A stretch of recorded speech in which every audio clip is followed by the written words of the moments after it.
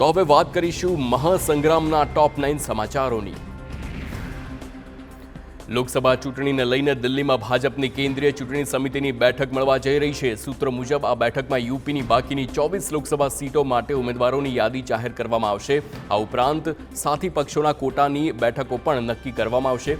ભાજપે અત્યાર સુધીમાં 51 લોકસભા ઉમેદવારની યાદી જાહેર કરી છે।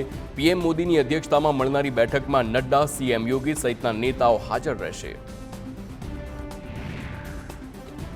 તો હિમાચલ પ્રદેશમાં કોંગ્રેસના તમામ 6 બળવાખોર ધારાસભ્યો અને 3 અપક્ષ ધારાસભ્યો ભાજપમાં જોડાયા।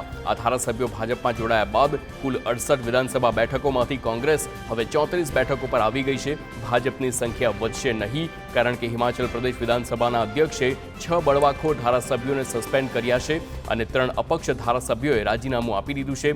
વિધાનસભાના અધ્યક્ષે 6 બળવાખોર ધારાસભ્યોને અયોગ્ય ઠેરાવ્યા હતા।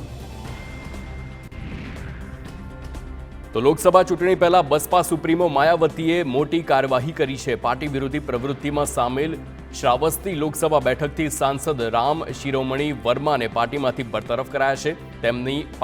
તેમના પર પાર્ટી વિરોધી પ્રવૃત્તિ સામે હોવાનો આરોપ લગાવવામાં આવ્યો છે। તો સાંસદની સાથે તેમના ભાઈ સુરેશને પણ પાર્ટીમાંથી હાંકી કાઢવામાં આવ્યા છે। દિલ્હી લીકર પોલિસી કેસમાં કેજરીવાલની ધરપકડ બાદ રાજકારણ ગરમાયું છે। હવે આમ આદમી પાર્ટીએ અનેક પુરાવા રજૂ કરીને ભાજપ પર મની ટ્રેલમાં સામેલ હોવાની ગંભીર આક્ષેપ કર્યો છે। આતિશીએ કહ્યું કે કથિત લીકર કૌભાંડ કેસમાં સત્તાવાર મની ટ્રેલ પકડાઈ ગયો છે। તેના બધા જ પૈસા ભાજપના ખાતામાં ગયા છે। એટલા માટે અમે માંગ કરી છે કે ભાજપના અધ્યક્ષ જેપી નડ્ડાની ધરપકડ કરવામાં આવે, ઈડી આ કાર્યવાહી કરે। આ સાથે જ તેમણે ઈડીને ભાજપનો જમણો હાથ ગણાવ્યો હતો। તો શિવસેનાના નેતા સંજય રાઉતે ભાજપ પર આકરા પ્રહાર કરતા કહ્યું કે દેશમાં કોઈ સુરક્ષિત નહીં, અહીં કોઈ પણ સમયે કોઈની પણ ધરપકડ થઈ શકે છે। રાઉતે કહ્યું કે આ ચૂંટણી ભાજપ માટે મુશ્કેલ બની રહેશે, તેથી તે લોકોને નુકસાન પહોંચાડવાનું ચાલુ રાખે છે। જે પેટર્ન ભારતમાં ચાલી રહી છે તે રશિયામાં અને ચીનમાં પણ છે।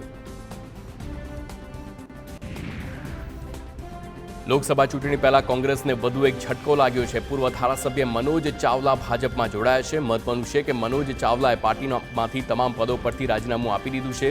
તેઓ સીએમ મોહન યાદવની હાજરીમાં ભાજપમાં જોડાયા હતા। પ્રદેશ કોંગ્રેસ પ્રમુખ જીતુ પટવારીને મોકલવામાં આવેલા રાજીનામાના પત્રમાં તેમણે અંગત કારણો દર્શાવ્યા હતા।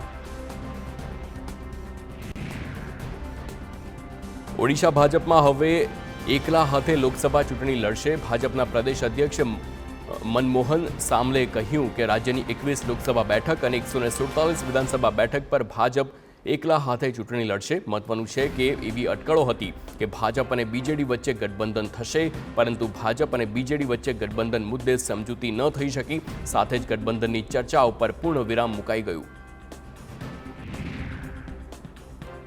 લોકસભા ચૂંટણી પહેલા કોંગ્રેસને ઝટકો લાગ્યો છે। પૂર્વ લોકસભા સ્પીકર અને કોંગ્રેસના નેતા મીરા કુમારે લોકસભા ચૂંટણી ન લડવાનો ઇનકાર કર્યો છે। તો સોશિયલ મીડિયા પર તેમણે આ અંગેની માહિતી આપી છે અને મહત્વનું છે કે મીરા કુમારની આ ઘોષણાથી કોંગ્રેસની મુશ્કેલીઓ વધી છે।